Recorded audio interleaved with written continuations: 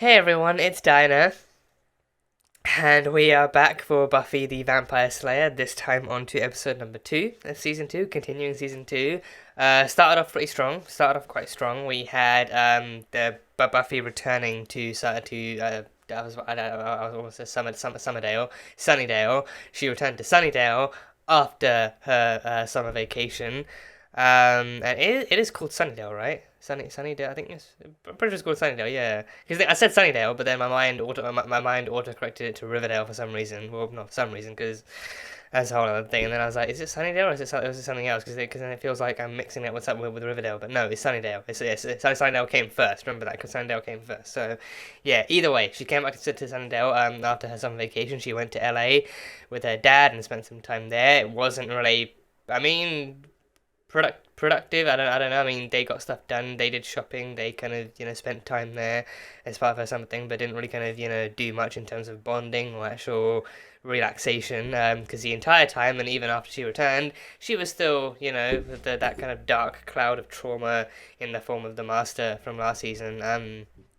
Still hanging over her head. So I think even when she came back, she was then told about how the Master had then been conveniently buried by the team in the cemetery right next to, like pretty much right within the town and everything. Buried not that deep and not buried in a way that, it couldn't be dug up again. They buried it, they disposed of the body that way in a very, very simplistic way that made it very easy for the Anointed One and his new crew of, his now former crew of kind of misfit vampires to actually find and dig up again. So they did that. So yeah, I think the entire episode, Buffy was just angsty and traumatized, and she just kind of didn't really kind of had a bit of like a tood as Cordelia put it. I think she actually named someone. I can't remember what name she used, but she had a bit of a tood, and she made Xander uncomfortable, arguably, and she made Angel and Willow jealous at the bronze, dancing with Xander and just kind of being this new version of her that was all angsty and, take no shit and all that kind of stuff. But then I think by the end of it, I think everyone then eventually realized, oh, it's because she then finally comes to access to the Master's bones and has a sledgehammer too that one of the vampires tried to use on her, and then she just goes to pound town on the bones and making sure nothing's left. I mean, there was still like half a skull left, and I was kind of worried that was like a big enough piece for them to do something. But no, based on the Anointed One's reaction towards the end, I think even those bones are now too far damaged and too far gone to do anything with, so that's cool. And yeah, the Anointed One is back now. They might be doing something with the Anointed. I mean, they might be, because I'm sincerely hoping they did not bring him back just to leave him disappointed by the destruction of the Master's bones. Like, if they're bringing him back, because even Angel said, don't underestimate him just because he's a kid, because he holds power over the other vampires, and there's bound to be more vampires. Otherwise, this show is gonna have to change its name very quickly. So hoping that there's actually more going on with the Anointed One and more kind of eventful stuff going on with him. So we'll see what other plans he has besides from trying to resurrect his former master. And maybe even maybe becoming the new one himself. Maybe actually becoming the new kind of master himself. And I mean, maybe he could even be like an even better master too, like him starting off even younger. I mean, he's not. I think he's not. I think he's not even like a vampire. I think he's not even like a vampire yet. So if they actually make him go through that transformation, then I think that would make his power all the more kind of fearsome and stuff, because he's younger and it would be more like his. I mean, would it be in his prime because he's that much younger? I think in your prime, I think, I don't know. I mean, like Angel. I feel like Angel, like him looking like he's actually in his kind of like early like his mid to late 20s. I think he or like his mid 20s, like his early to mid 20s maybe. Like I think he would probably be like him having been transformed at that age and never having aged a day beyond then, like he would be in his actual kind of physical prime and everything. So with the Anointed One, I feel like if he was transformed, then I don't know. I feel like a baby, like it would be like the little vampire. It would be like if you've seen that movie, the little vampire. I think it would be like that all over again. So it'd be like he would need like a lot more training. I think do baby vampires need more blood, or need more like vampire kind of undead nutrients? Or I don't know. How would a baby vampire develop? I don't know. I don't know. I don't know how the lore of mythics with vampirism actually works in its entirety. So either way, Anointed One is here, new villain, maybe some bigger stuff, some bigger plans. and stuff going on, so we'll see exactly where that takes us. And Buffy now has had the opportunity to fully address her trauma, and even the team pretty much entirely saw as she, you know, like actually vented like all of her stress, or at least most of her stress and her worries out on the bones of her old enemy and everything. So now they can all move swiftly past and approach whatever threat, whatever new threats and problems come their way. So yeah, that should be cool. But I think we also found out that the Hellmouth is kind of, I think that the Hellmouth is still there, but it's closed, but the energy is still there. I think you know, I think it should like given not only the fact that the Hellmouth was there, but also it was actually open for as long as it was. I think it kind of makes sense to me that I think, you know, that maybe you know, anyone else could open it too if they knew how to do it, if they knew what to do and how to do it. Maybe someone else could open it too. But the energy left over is still there, so I think that can still act as like a beacon to draw new creatures in, but also to actually power the ones that are there up, and to power the ones that do come into Sunnydale, following that energy up and everything. So probably going to be dealing with more monsters, more enhanced monsters, more kind of varieties and everything. So I mean with this season 2, I think I'm kind of somewhat, you know, hoping / anticipating for like a bigger budget too, so maybe they can actually do more stuff visually and more like effects and practical stuff and different things like that. So, you know, not to say by any means the first one was bad. The first one was still great, like you know, despite how small it was, and they were definitely working and like actually doing some good stuff within their own restraints and restrictions. But I think with this one now, with this season now, making it like an actual fully fledged TV show and everything, you know, I'm kind of trusting that they're actually given a lot more to work with and a lot more space and money and all that kind of stuff. So looking forward to seeing what they got in store. Looking forward to it. So yeah, so is that everything? So Buffy, Willow, Xander. I think Willow and Xander had their own thing going on in the summer too. I think they spent some time together and potentially grew closer. I mean, or at least Willow kind of felt happy that they were actually going closer and everything. But then as soon as Buffy came back in, Xander was kind of mostly kind of optically attracted to her and everything. So, you know, the yogurt trick didn't work again. Or the ice cream thing, the ice cream trick didn't work again, the ice cream on the nose and everything. So that was the thing. So Willow and Xander, so we'll see where that goes. Buffy and Angel, just still, you know, as, you know, I think, yeah, I mean, I said it last time, I'll say it again, got some, you know, Pattinson and Kravitz style Selena and Bruce kind of vibes between them, Bat and the Cat vibes between them. Just maybe probably most likely just me, but I'm willing to let that go. I think, but you know, I think they're definitely kind of, you know, like kind of teetering on the edge of will they, won't they with Buffy and Angel. So it'll be interesting to see where that goes, especially with the background of, you know, Slayer, Vampire, will they, won't they, you know, what's happening here and there. So that'd be cool. Calendar and Giles. That's just, yeah, that's a definite will they, won't they. That's a definite for me. That's a definite will they, won't they kind of thing. You know, just seeing how they get on and how, you know, like how even like Giles kind of epitomizes that kind of youth, kind of young love, kind of, you know, like chemistry kind of between them and everything that even Snyder pointed out in the beginning. So I think seeing where they take them will be cool too. Hopefully seeing more of Miss Calendar in the season 2. Actually, her more of her and Giles hanging out, more of her being on the team and offering her expertise and actually helping to defeat some monsters like last time. So it'll be cool.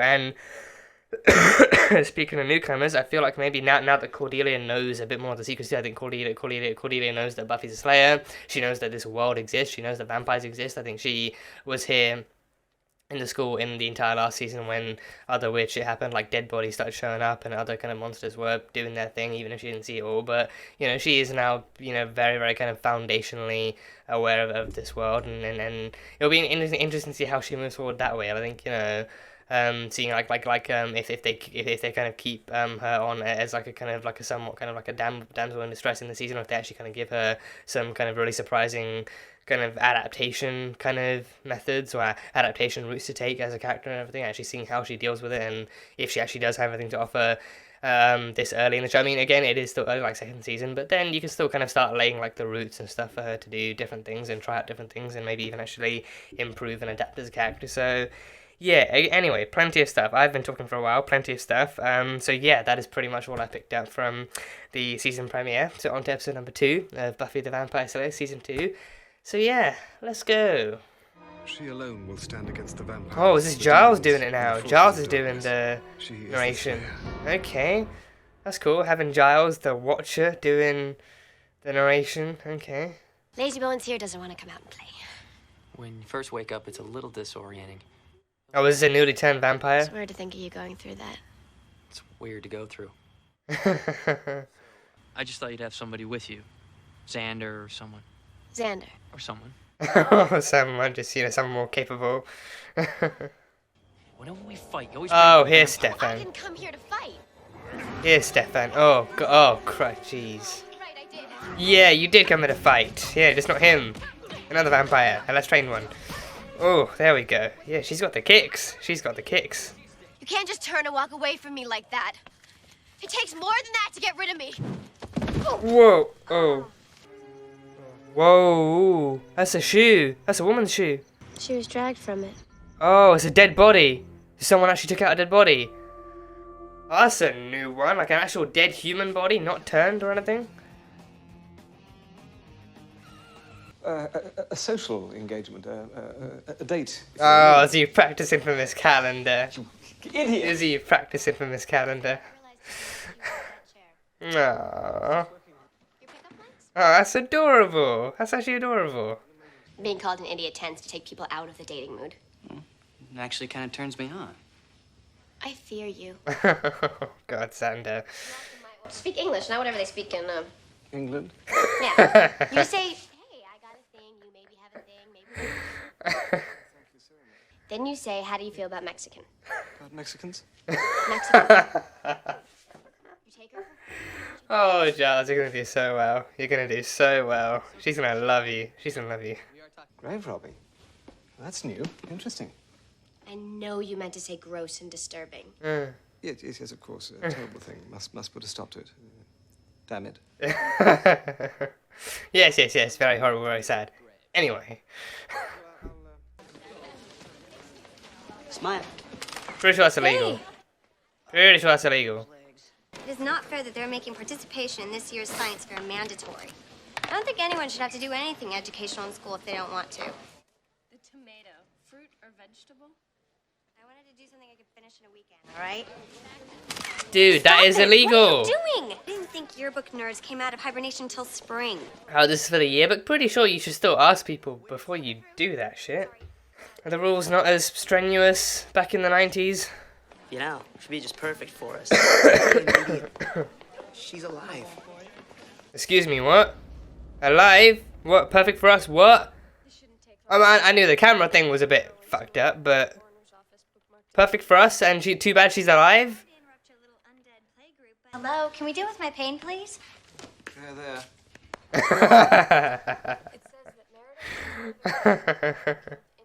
She wasn't killed by vampires. Somebody did dig up her corpse. Those two boys!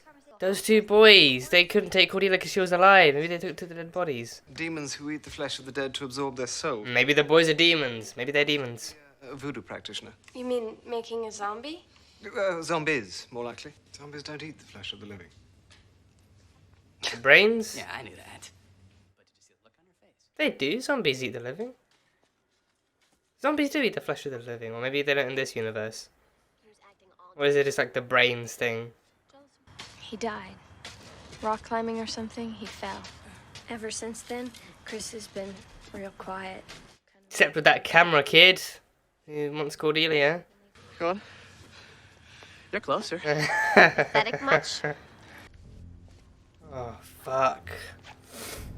God, she already got kidnapped last episode, now she's gonna get kidnapped this episode too. Oh no. Oh shit, oh god, was it him? Was it him? Was it Chris? Or was it the camera kid? Oh god! Cordelia, this is the last Oh, place I Angel! expected Oh, you to hang it's out. him. It's Angel. Okay. Hold on, my skirt is hot. There. Oh, there's a hand. There's a body. There's a whole ass body in there. Oh, this is a sight to behold. Yeah. Xander. Angel. I'm taking the night off. Angel saved me from an arm. God, there were so many parts. They were everywhere. Why are these terrible things always Oh, happening to me? Cordelia. Crying out. So much for our zombie theory. So they're dismembering the parts too? What I saw didn't add up to 3 whole girls. I think they kept some parts. Could this get yuckier? I mean, they only They found a probably hand kept and the probably other an parts arm. to eat. Question answered. Great. I'll drive. Oh, Cordelia, you cheeky little you. Is he trying to build a girlfriend? Oh, you sick fuck. Talking about With the kid? With the camera kid? my girl. Oh, you sick fucks. You utter sick fucks. Who are they trying to build? What? Oh no, they got Buffy, Cordelia, Willow. They got pictures. Oh, that's why he's got the fucking pictures. Oh, you creepy little shits. People don't fall in love with what's right in front of them. People want the dream, what they can't have. The more unattainable, the more attractive. I don't really feel like there's any way to actually justify this kind of shit, though. You know, you can try with all that stuff, but Making someone from scraps, actually making them live. he's pulling a literal Dr. Frankenstein. What? Don't. Best Yeah. of luck. You can do it, Giles. We believe in you. Yeah, see how a normal human being interacts with women. Oh, no, please, call me Jenny. Miss Calendar's my father. Miss Calendar is her father? You spend your evenings downloading incantations and casting bones. On game night, are you nuts? You're going too, right? Oh, of course. Of course, yeah. American football, always a pleasure. How do you feel about Mexican? Good, okay. And then whatever it is you want to tell She knows, of course, because she can actually interact with people socially, so. Tonight, then. Yeah. Great, it's a date. It's a date. It's a date. So he can ask her out on a date, on the date. Oh, Giles, you wondrous you. Apparently, they found 3 heads in the dumpster. They Oh, only he had has. 3 girls. Precisely. So they don't have the whole package? They need a head. That's the one thing they're missing, and they got pictures of Buffy and Willow and Cordelia. I can't kill anyone. You promised me, little brother, Daryl? Daryl? I wouldn't be alone. Is he building a girl for his resurrected brother? I need someone. Oh no. Please don't ask me to do this. Where do you throw? God. The makeup with the scars is really on point, yeah. Props to the makeup department. A man of taste. Cordelia, of course, the most popular girl in school. Cordelia, oh no. No. Buffy, you don't think that they would... I think anyone who cuts dead girls into little pieces does not get the benefit of any doubt. I want to end this thing now. Be cautious and be vigilant. He's not a vampire. No. It's just a ghoul. He's a ghoul. Is that like an official thing, or are they just kind of insulting him here? November 17th, 95. Oh, and she's stuck in a trance, Daryl isn't rushed she? 185 yards that night. She's stuck in a 2 days. trance. He was MVP. Is Daryl gonna be in there? Is the brother gonna be in there? They can't take him out there, right? His brother's gonna be in there. Daryl's gonna be in there. Yeah, is Daryl gonna try and take Buffy instead? Be like, oh well, I got you here now. Oh, he's behind that curtain. He's meant to be behind that curtain. Oh. Oh shit! Yeah, smooth moves. Oh down, no. Oh no. Is something wrong? You can't trust him, Cordelia. No! Oh no. Just find Cordelia. Please hurry up, find Cordelia. Yes! Fucking to the face. Dislocate that jaw if you have to. Oh my god, Buffy. Oh my god, it's time for the cheerleader pyramid at midfield. I've gotta go. What, are you sure you're okay to go out there? Yeah, you don't understand. I have to go. I'm the apex. Okay, as long as you're okay after having been attacked and nearly kidnapped. Everybody loved him. And now he's all alone. Who are you talking? Daryl. Let's go scare you up a date. God, no, this kid is so fucking. He's a. Sure, therapy is definitely one thing on a very long list of things he needs. But this is a very public event, though. Unless someone actually goes off field and down into one of the changing rooms, and then they can't access them. Is this your normal strategy for a first date? Dissing my country's national pastime? Well, Did you just say a date? You noticed that, huh? oh, yeah, she asked you out first. Daryl's there. He's under the bleachers, aren't they called? The bleachers? He's under the bleachers. Nostalgia. Yeah, the nostalgia of football. God, the cheers are gonna drown everything out. It's bad luck for the groom to see the bride before the wedding. Oh, I hope he fucking kicks the bucket. I hope he at least kicks the bucket. Scream all you want. We're in an abandoned building. Okay, that's enough. Oh, you just fucking take that and jam it into his face or something. When you wake up, you'll have the body of a 17-year-old. In fact, you'll have the body of several. Oh, God. Oh. You can't just give and take lives. No, like that's... that. It's not your job. No. You shouldn't have resurrected him in the first fucking place. I don't know how you did it, but you shouldn't have resurrected him in the first place. Sterile enough for government work. I hate this kid so much. I hate this kid with a fiery passion. That's it. Come on, Buffy. Come on. She's the Slayer, you little dick.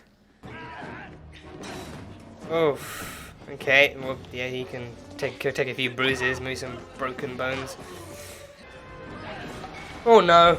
Oh no. Oh no. More fire. Fan in the flames. Fan in the flames.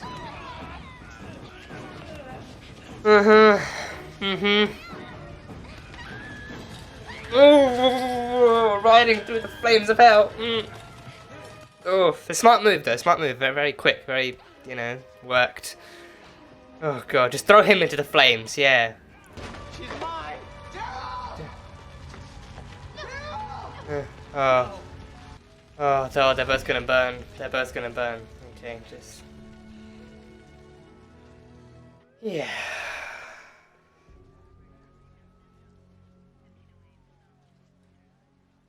Did you just say second date? Second date? She wants to do it again? Yeah. At least these two have something good going on. At least these two, if anyone else, at least these two actually have something functional and supportable and, you know, Hell, good. even the school librarian sees more action than me. You ever think that the world is a giant game of musical chairs? What you did in there was really brave and heroic, and I just wanted to tell you if there was anything I could ever do to... Do you mind? We're talking here. Okay, you could at least have said you're welcome. You didn't need to... Yeah, so why do you think that is? It's one of BuzzFeed's many unsolved mysteries, Xander. One of their many unsolved mysteries. Just... I don't love Xander. Yeah, but he's in your life. He gets to be there when I can't. You mean at nighttime? Take your classes. I mean at get your daytime meals. even. At daytime. Just wear a hat. You'll be fine. Wear a hat and your good old-fashioned leather. What happened to your leather? Why are you wearing fabric now? He's changed. He used to wear the leather. Now he's gone for some fabric. It's a good look either way, but... Daryl Epps, rest in peace, yeah. Hopefully this time permanently now. No resurrections this time. No resurrections this time. So yeah, needless to say, I mean, that episode was uncomfortable, I'll admit. That episode was just like a really uncomfortable thing to watch. I get that they were going for the whole kind of horror story and everything, as they usually do, but I think, you know, on the same levels of, like, Teacher's Pet, and I think even looking back, I think even I, Robot You, Jane, because I think, you know, I think looking back on that, I think that kind of, like, the whole concept of that too, like, I think, you know, like, Willow essentially being catfished by a demon on the internet and then soon to be murdered too, that kind of, you know, I think in execution some parts of it seemed kind of wacky and funky, and that whole kind of thing, like a demon living on the internet and getting like a whole new robot body and all that kind of stuff, like, seemed wacky and funky, but then, you know, the overall kind of concept of that too, like, Willow still kind of suffering like a near enough similar fate to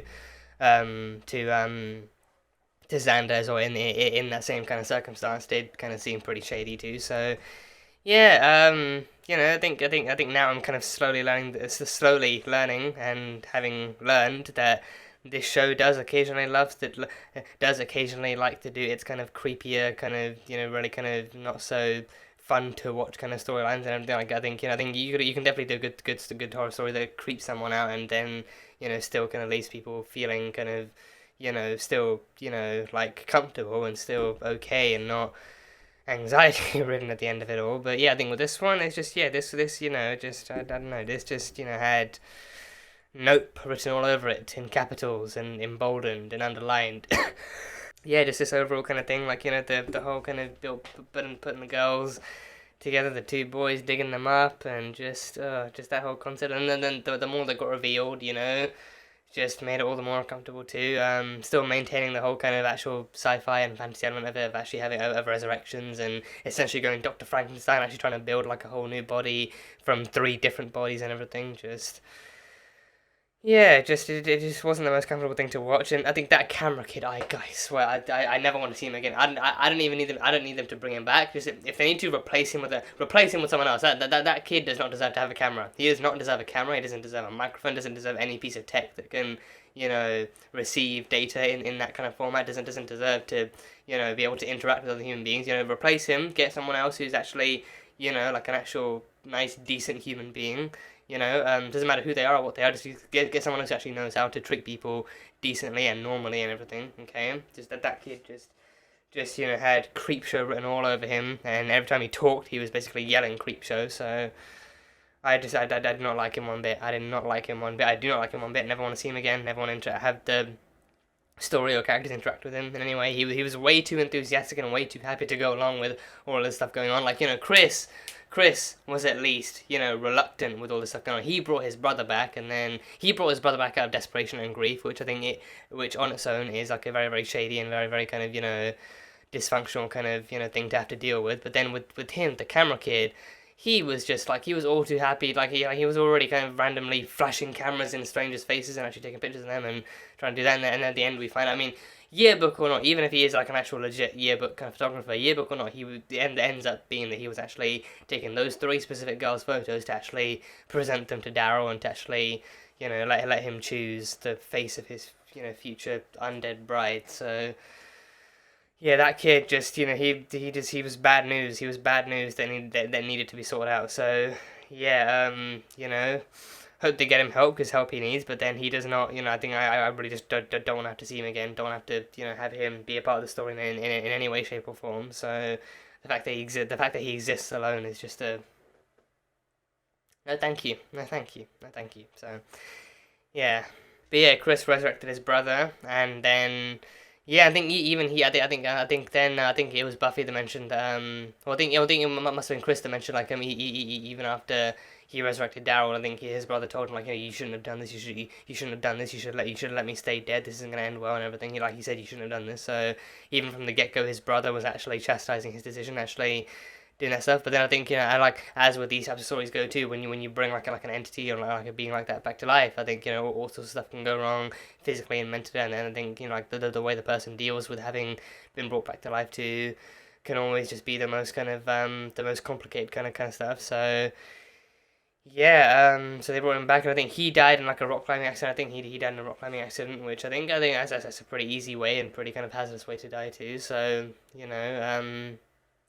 that was awful. But yeah, I figured, like, I think Giles even mentioned in this episode, like, to Xander, like, like, zombies don't eat the flesh of the living. I'm pretty sure they do. Like, I mean, if you want to go the more traditional, the more cliched route, I think it's always, like, brains that people portray them as being hungry for. But I'm pretty sure zombies are actually known for eating the flesh of the living. They're actually known for eating people. So don't know. I mean, don't know if the lore of zombies is actually different here compared to anywhere else. If zombies is actually the one thing they decide to change, or maybe if they decide to do something else with it. But I don't know. I think they're two. What were their 2 options before they discovered the truth? I think one was like a flesh eating demon, and then I think the other one was a zombie. So I think apparently flesh eating demon or like a zombie that does something else with the body was the thing. So I think I don't know what zombies are apparently do in this universe if they don't eat flesh, but yeah, apparently zombies are different. Apparently zombies are very different. So, but yeah, no, so I think when he brought him back, I think Daryl had to actually deal with the kind of idea of actually being, of having been resurrected, and he had to, and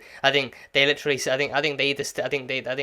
I mean, if you die from a rock climbing thing, I think, does your body actually fall apart like that? I think maybe, depending on the injuries, maybe the actual kind of body does kind of get tattered and, I mean, tattered would be a pretty light way of putting it. But I think the way that I think, because I can't tell if those scars. I mean, they didn't. I think they definitely didn't look like stitches. They didn't look like stitches, and I think they actually look like scars from his face being pushed back together again. So maybe his actually, like, I mean, chances are I think his body would have sustained some really major kind of actual kind of damage, like physically, like to his muscles and his bones and everything. But then resurrecting him maybe actually kind of brought him back in that way. So then he literally just has those scars of his body having taken multiple hits from rocks as he fell down. So yeah, because then I was wondering, like, you know, like would he have actually put his brother back together physically, or would he have actually just kind of like done some kind of spell or something to actually resurrect him in that way? So pretty sure it's necromancy, right? I'm pretty sure the magic of actually of resurrecting the dead it is called necromancy. So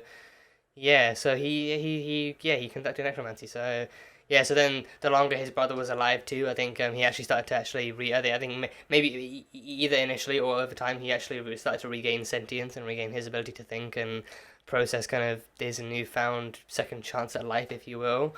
And then he started to get alone. Then he started to be alone because then also because he was known to be dead. He was known to be dead by the entire town. He was and also like even the way he looked now, he looked very very still kind of pretty undead. So you know, seeing him would have actually kind of startled pretty much any person. So then he had to actually hide away in his brother's basement and everything. And actually even his own mother couldn't see him. His mother is stuck in like a trance too. I think his mother, you know, has been traumatized since that very day. She's stuck in like a trance and she never leaves the house. I think probably the most she's done she's done and that we've seen anyway is actually open up the door for Buffy to come in, and then that's it. But then she just smokes like a chimney, sits in the sofa and actually watches Daryl's games on repeat. So her, you know, her mind is actually so fractured from the trauma, she can't really process anything besides from like reruns of Daryl's older games and everything. And I think it is her way of actually dealing with her son's death. So the poor mother. I think the one person who's grieving in like an actual normal and understandable way. She's actually grieving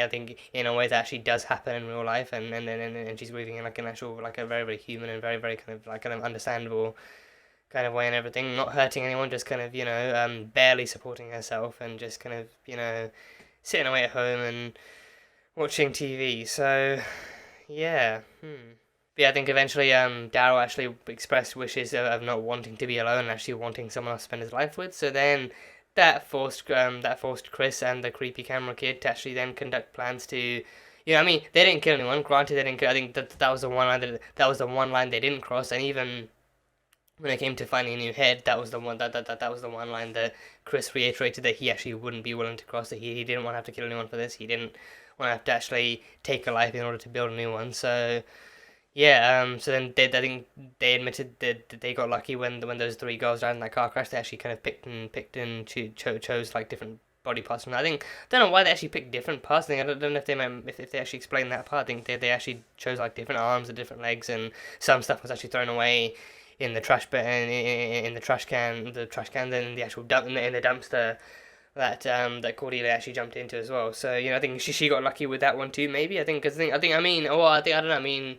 I think Angel showed up straight after that. So I'm pretty sure that Angel was the one who actually saw her and then walked away and then came back afterwards too. So yeah, but they didn't use all the body parts. They actually mix and matched with the body parts and everything. So they kind of got lucky with having three girls to choose from. It feels so horrible to fucking say that, to actually say that out loud, but they actually admitted to themselves they got lucky that they didn't have to kill anyone, that they actually the car accident did it for them, and then they had three bodies to actually work with and build a whole new person, and then came the head. So yeah, just got that whole concept, actually building a girl out of three dead bodies for Daryl to be with, just putting I think probably even the original Frankenstein story isn't even nearly as bad or as creepy as, I mean, that one, I think that one might have like an actual necessary creep factor, because I think that one is still probably just like a scientist actually trying to find out if he can actually rebuild a thing from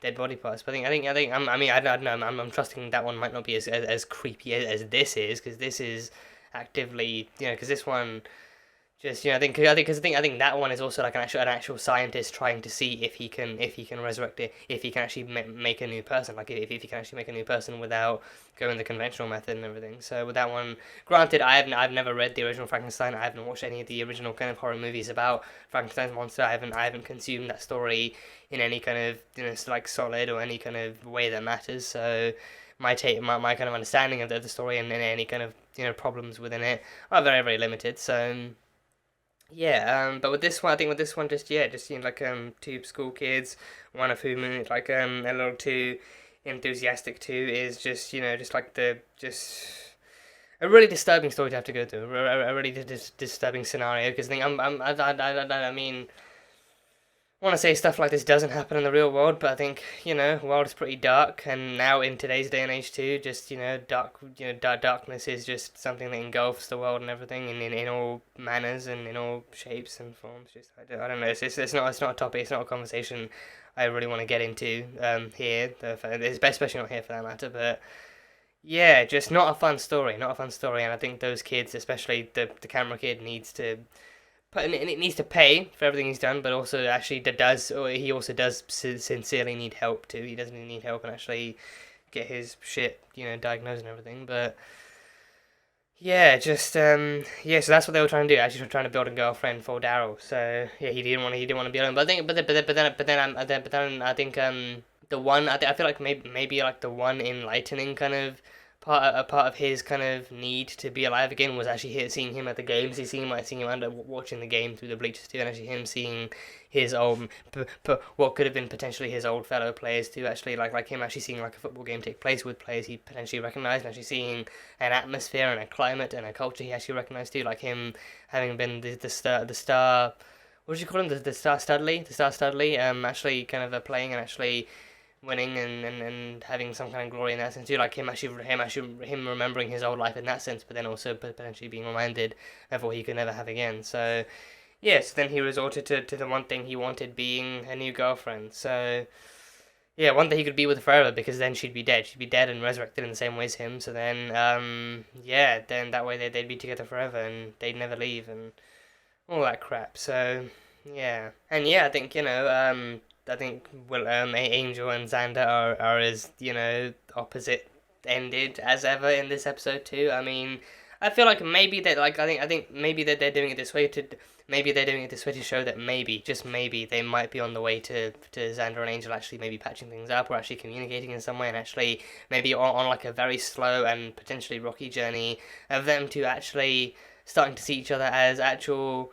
Not as opposites, but just as kind of like, not as opposites or opposing ends, but as two people, two guys in Buffy's life. They're not there, maybe hopefully one day, like, they'll realize they're not there to compete for her love, they're just there to be a part of her life and to actually be on equal receiving ends of her love and everything. But I don't know, is that, I don't know, maybe on the one hand that's actually wishful thinking as well, but I don't know, I mean, the fact that they're actually kind of more openly and more kind of frequently addressing each other now in this in the season actually kind of like leads me to believe that like they might have more open interactions in the future, but then hopefully that actually does lead to something a bit more kind of like a bit more functional, or like a bit more kind of positive, perhaps a bit more positive too, maybe something a bit more communicative. But who knows? It's Angel. For one thing it's Angel, and for another thing it's Xander. So who honestly knows at this point what any of this could be leading up to? But maybe or maybe like for this one more season they might end up keeping up the whole kind of frat boy kind of boy scout kind of boy man kind of opposing ideologies kind of chemistry with I don't know how the fuck to describe them. They might just keep up that whole kind of competition thing between them of the thing where they think that they're both on opposite ends of the spectrum and they're both competing for Buffy's kind of affections, and one of them gets it. Maybe it's that kind of a classic kind of boy versus girl kind of story thing. And also interesting fact that Angel is actually 241. I think did they mention like a different number in the last season? Because I like the number 900 rings a bell, but I don't know if that's because I'm thinking of Doctor Who or if that's actually applicable to this. Because I don't know, like, or maybe I'm thinking of like the 90s or like the 1900s in this. And I think the number 900 seems to ring a bell in relation to this for some reason. So maybe because I'm thinking that far back and stuff. But well, like, because I think he said he spent like a century. I think he spent a century in America after he got his soul restored. I think what was it? Is that what it was? Do I have notes that far back? I don't know. I don't know if my notes actually stretch that far back. Maybe. I think they do. They might. Yeah. No, I've got 240. Yeah, I've got 240. So yeah, so he's 241. So I think that is how old he is. Yeah. Yeah, I think because he wreaked havoc in Europe. He wreaked havoc in Europe, but then he joined. But then he went to the USA after having his soul restored, and then he shunned all the vampires there, and then so he's 241. He's 241 years old. So yes, I mean obviously big kind of age gap difference between him and pretty much everyone surrounding him in Sunnydale right now. Just a huge age gap. But yes, I mean again, going to be really interesting seeing how that gets explored and how that's addressed if they actually do approach or try and execute anything between him and Buffy. Going to be really interesting seeing how that goes down. But yeah, I guess we'll see. I suppose we will see.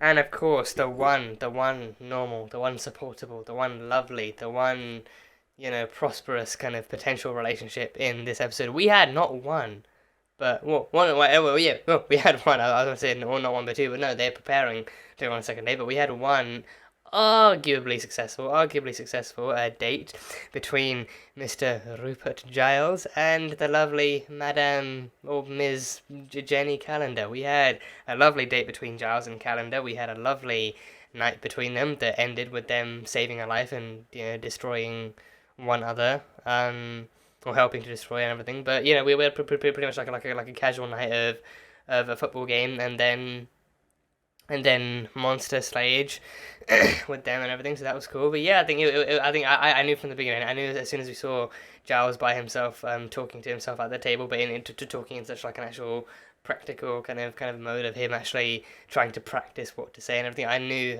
from then on he's practicing to actually ask Miss Calendar out on a date and everything, and it's going to go so swell, and it's going to be so awkward to watch, but then it's actually going to go well, because then she sees in him what we see in him too, and she's going to love it, and she's going to say yes, or hopefully say yes and everything. So there's that. But yeah, but then it ended up being that he took so long and was so awkward to ask her out on a date that she then ended up doing the job herself. So I think it then goes to show that Miss Calendar is not only confident, but then she also I think they're definitely easy to say that the affection that Giles shares with Calendar also shares with Giles. I think she is also just as interested in him as he is in her, which is always a great sign.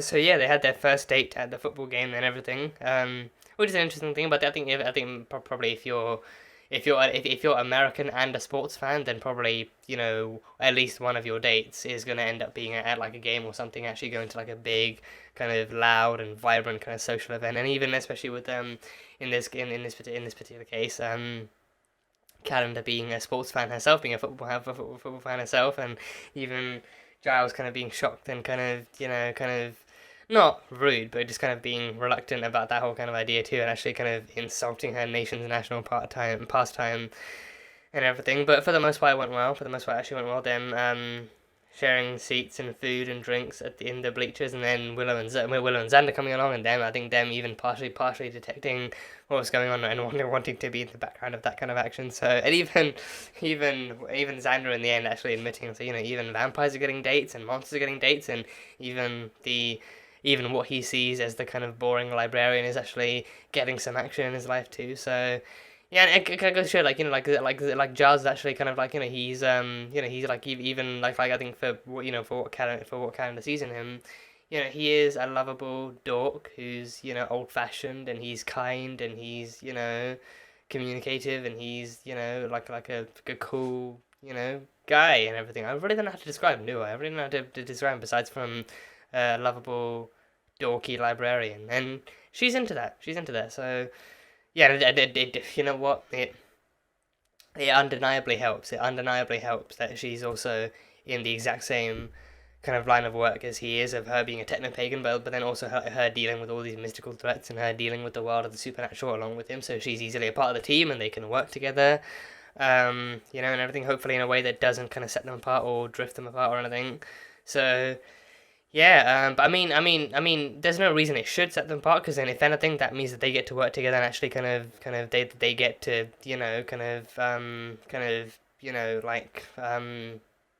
what's the word, like they get to be proud of each other's accomplishments and be proud of each other's achievements and their own kind of prowess in their individual fields and actually get to celebrate, you know, at the end of the night, they get to celebrate having worked together to defeat like a new kind of evil in Sunnydale. So that's a win. I think in my books, that's a win. That's a win. So yeah, I think in general, it was just kind of adorable actually seeing them kind of together again, actually seeing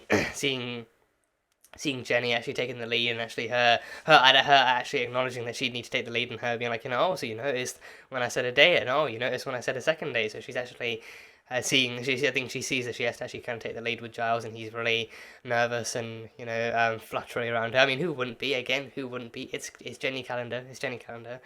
But she sees that he kind of needs like a bit of a further push to really get his words out there, and she's more than happy to give him that push. So yeah, I want nothing but the best for them. I want nothing but the best for them. I hope they're very happy together. I hope it lasts forever and ever. Probably asking too much of a show that's only into its second season, but regardless, I want a happy ending. A happy continuation for them. I hope they have a long and prosperous life together. I'm hoping they get you know, because I really don't know if this is the kind of show that's actually going to end up giving him multiple love interests, or if they're actually going to try and make things work between him and Jenny. But either way, however long it does last, I'm hoping it does go well, and if they do decide to part, then maybe hopefully they actually part on good terms, and they actually part like it's just like a mutual kind of thing. But you know they've just started dating. They've literally just started dating. There's no need to there's no need to think about how it's going to end or who's going to end it. You know, they've just started dating. So for now, just let's focus on a happy continuation, like a happy third and fourth and fifth date before they officially confirm it as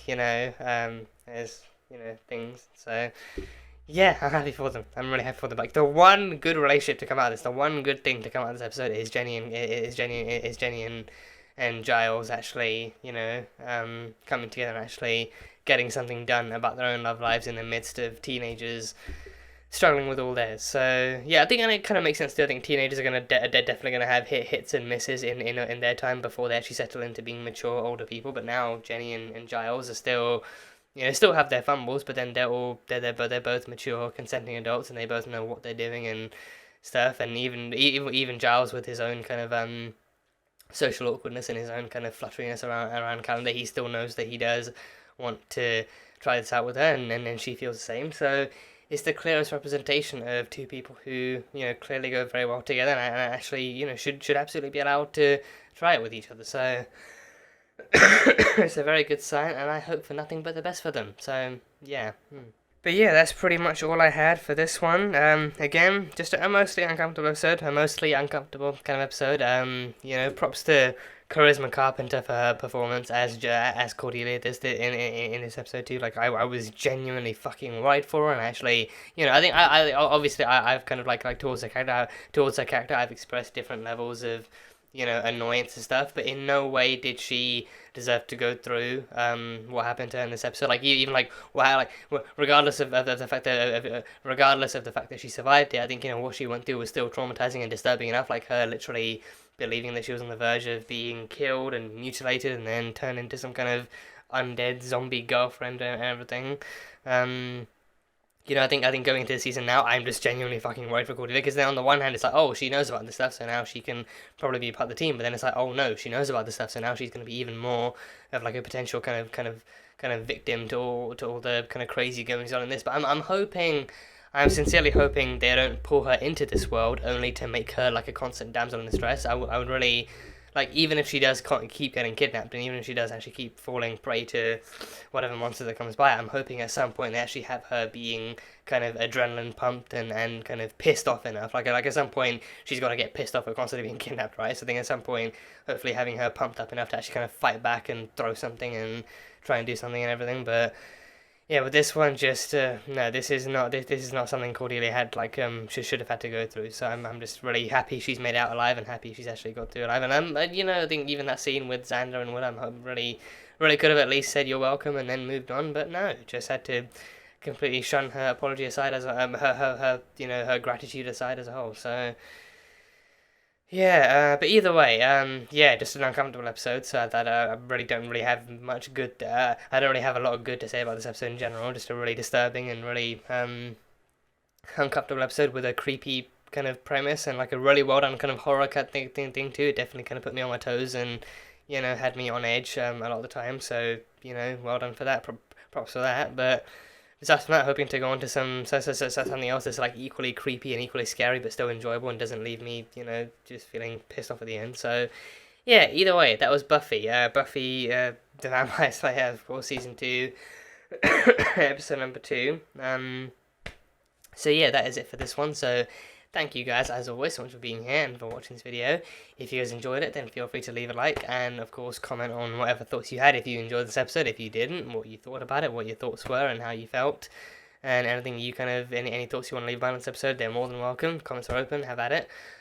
For those interested, full-length reaction over on Patreon, so you can go check that out over there. And yeah, that is pretty much it. So until the next time, that is it. So bye-bye for now.